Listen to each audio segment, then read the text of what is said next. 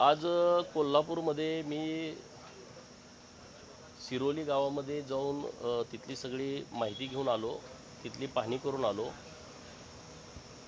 तिथं एक हिंदुत्ववादी कार्यकर्ता आहे, त्यालाही काही रात्री काही लोकांनी धमकावलेलं आहे, त्याच्या घरी भेटून आलो, काही पीडित महिलांना भेटून आलो। आता कोल्हापूरचे SP साहेब आणि त्यांची सर्व टीम आहे, त्यांच्याशी या विषयामध्ये चर्चा केलेली आहे। तर पोलिसांच्या माध्यमातून या सगळ्या प्रकरणाचा व्यवस्थितपणे तपास सुरू आहे। माननीय SP कोल्हापूर यांनी SIT नियुक्त केलेली आहे। ॲडिशनल SP 2 DYSP आणि त्यांच्यासोबत सगळी टीम 12 लोकांची नेमलेली आहे आणि व्यवस्थितपणे या सगळ्या बाबींचा तपास सुरू आहे। आमचे सर्व हिंदुत्ववादी कार्यकर्ते आहेत, त्यांच्या काही निदर्शनास बाबी आलेल्या आहेत ज्या तपासासाठी अत्यंत महत्त्वाच्या आहेत। त्या सर्व बाबी माननीय SP महोदयांच्या कानावरती घातलेल्या आहेत। तर 2 आरोपी यामध्ये निष्पन्न झालेले आहेत, त्यांना अरेस्ट पण केलेलं आहे, त्यांना दुसऱ्यांदा पोलीस कस्टडी मिळालेली आहे। आणि शाहरुख देसाई नावाचा जो आरोपी आहे तो सरकारी कर्मचारी आहे, MSAB खात्यामध्ये तो इंजिनियर म्हणून सर्व्हिसला आहे।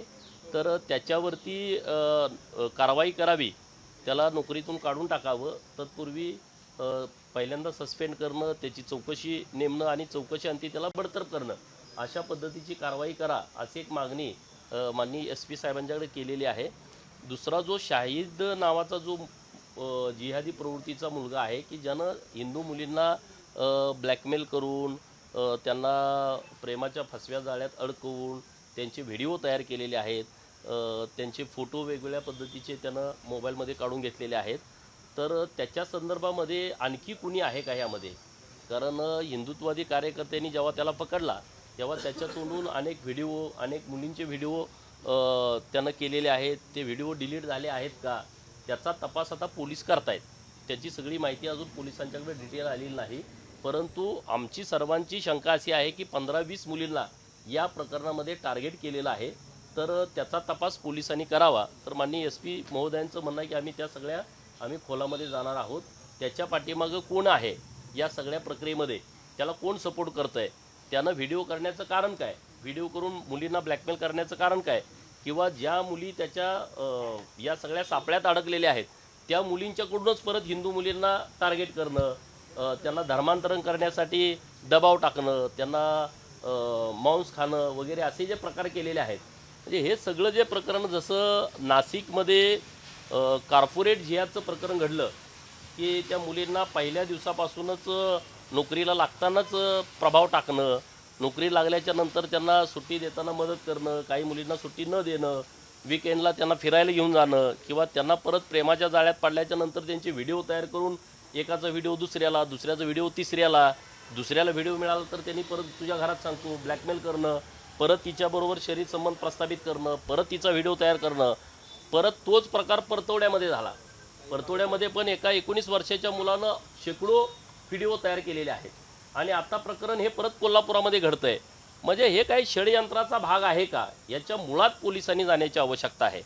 म्हणजे हिंदू मुलींना अशा पद्धतीनं जाळ्यात अडकवणं आणि परत त्यांचा छळ सुरू करणं, परत त्यांना तोंड दाखवायला जागाच राहत नाही, ना आईवडिलांच्याकडे जाता येतं, ना समाजामध्ये बोलता येतं, पोलिसांच्या समोर तर सगळ्यांना येता येते काय, सगळ्यांना येता येत नाही ना, घाबरतात लोक। तर या सगळ्या मुळामध्ये जाण्याची आवश्यकता आहे।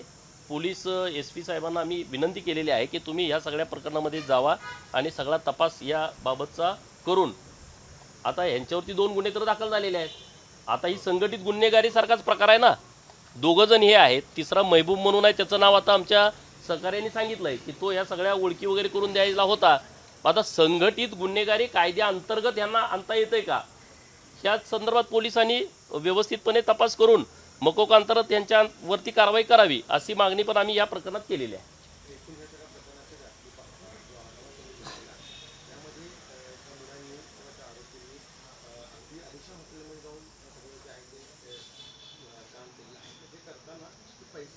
हे बघा काय होतंय, हे सगळे जेव्हा विषय पुढे येतात तेव्हा याला परत राजकारणाचा रंग दिला जातो। मुळामध्ये ह्या सगळ्या विषयाकडं राजकारणाच्या पलीकडे बघितलं पाहिजे। आता जयसिंगपूरमध्ये एक मुलगा, आमच्या आटपाडीची मुलगी, तो घेऊन आला। तो मुलगा काय करत होता, एका पत्र्यात राहत होता, गॅरेजवरती काम करत होता आणि तो महिनाभर फिरतोय कसं काय।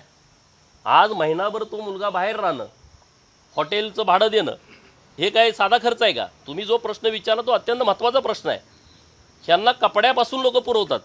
जीन्स एकाची, शर्ट एकाचा, बूट एकाचा, गाडी एकाची, पल्सर गाडीवरचे फोटो लावायचे, फेसबुकला नावं बदलायचे, हे ह्या षडयंत्राचा एक भाग आहे.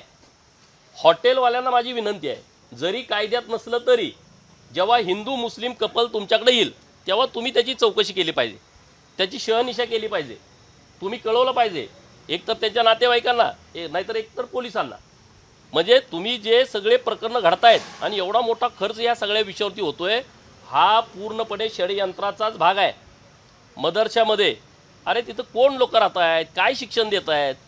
आमच्या शाळा उघड्यावर आहेत ना, आमच्या शाळेत काय चालतंय तुम्ही कुणी जाऊन बघू शकताय. इथं का नाही बघितलात? तिथं तुम्ही CCTV कॅमेरा लावा. तिथं कुठला पोर्शन शिकवला जातोय, त्या मुलांना काय शिकवलं जातंय त्याची माहिती घेण्याची आवश्यकता आहे.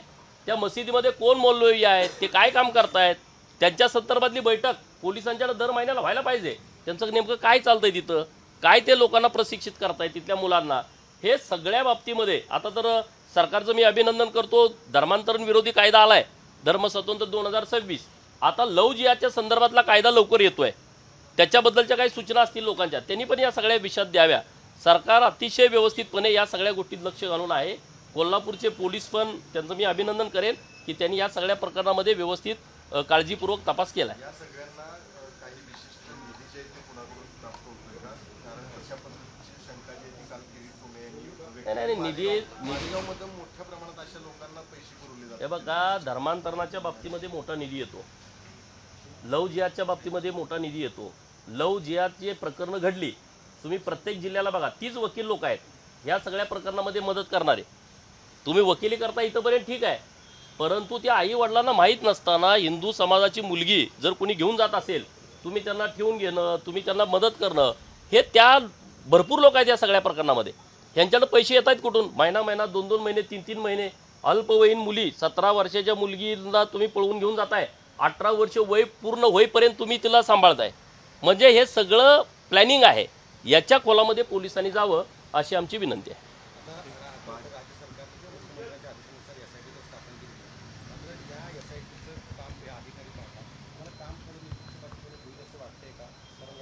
का नाही होणार? राज्याचे मुख्यमंत्री महोदयांचं या सगळ्या बाबतचं लक्ष आहे. मुख्यमंत्री महोदयांनी जेव्हा लक्ष एखाद्या विषयामध्ये घातलं तर ते काम एकदम पारदर्शकच होतं. कुणी जरी काही जरी हस्तक्षेप करायचा प्रयत्न केला तर त्याला कोणी पोलीस भी घालणार नाहीत आणि पोलिसांनी ते करू पण नाही.